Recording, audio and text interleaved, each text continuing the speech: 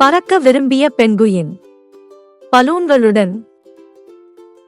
ஒருமுறை தென் துருவத்தில் ஒரு பனிக்கட்டி பிரகாசிக்கும் காலையில் பென்னி என்ற சிறிய பெண்குயின் ஒரு பனிப்பாறையின் விளிம்பில் நின்று மேகங்களை வெறித்து பார்த்தது. நான் பறக்க ஒரு வழியை கண்டுபிடிக்க வேண்டும், அவள் கிசுகிசுத்தாள்.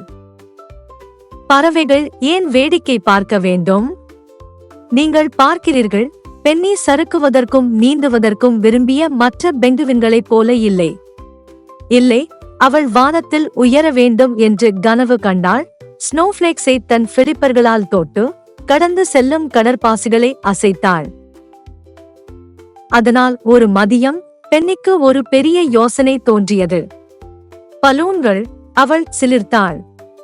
நானே போதுமான பலூன்களை கட்டிக் கொண்டால் நான் ஒரு இறகு போல மிதப்பேன்.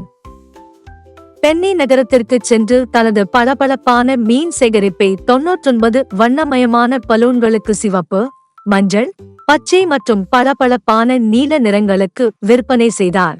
முடிச்சுகளை அறிந்த பஃபின் நண்பரின் உதவியுடன் பென்னி தனது சிறிய வட்டமான வயிற்றில் அனைத்து சரங்களையும் கட்டினார். ஸ்வூஷ்! மேலே சென்றாள்.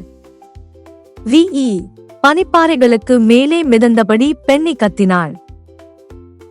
அவள் தூக்கத்தில் இருந்த துருவ கரடிகளை கடந்து சென்றாள். கடந்து செல்லும் மேகங்களை அசைத்தாள். மேலும் பனி வாத்துகளின் மந்தையையும் கூட திடுக்கிட வைத்தாள். ஆனால் குளிர்ந்த காற்று அவளது இறகுகளை கூசியது போல ஏதோ நடந்தது.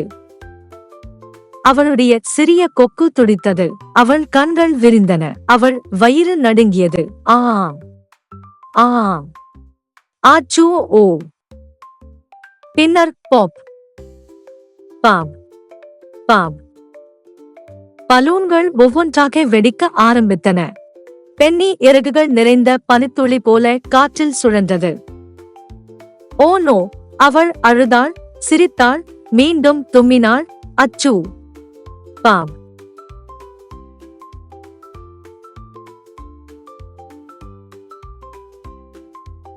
அவள் கீழே சுழன்றாள். க்ளோப்! மற்ற அனைத்து பெங்குவின்களும் விரைந்து வந்தன. பென்னி, நலமா? பென்னி கண் சிமிட்டினார். வானத்தை பார்த்து சிரித்தார்.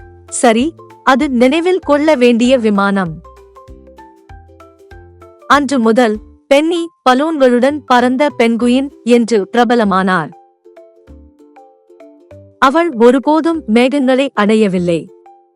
ஆனால் ஒவ்வொரு முறையும் யாராவது ஒரு விருந்துக்கு பலூன்களை கொண்டு வரும்போது அவள் ஒரு சிறிய தும்மலை கொடுப்பாள். ஒழுக்கம்: நீங்கள் ஒரு பனிப்பொழிவில் இறங்கினாலும் பெரிய கனவு காணுங்கள். பட்லைன்: achoo, oh no! Pop, pop, pop.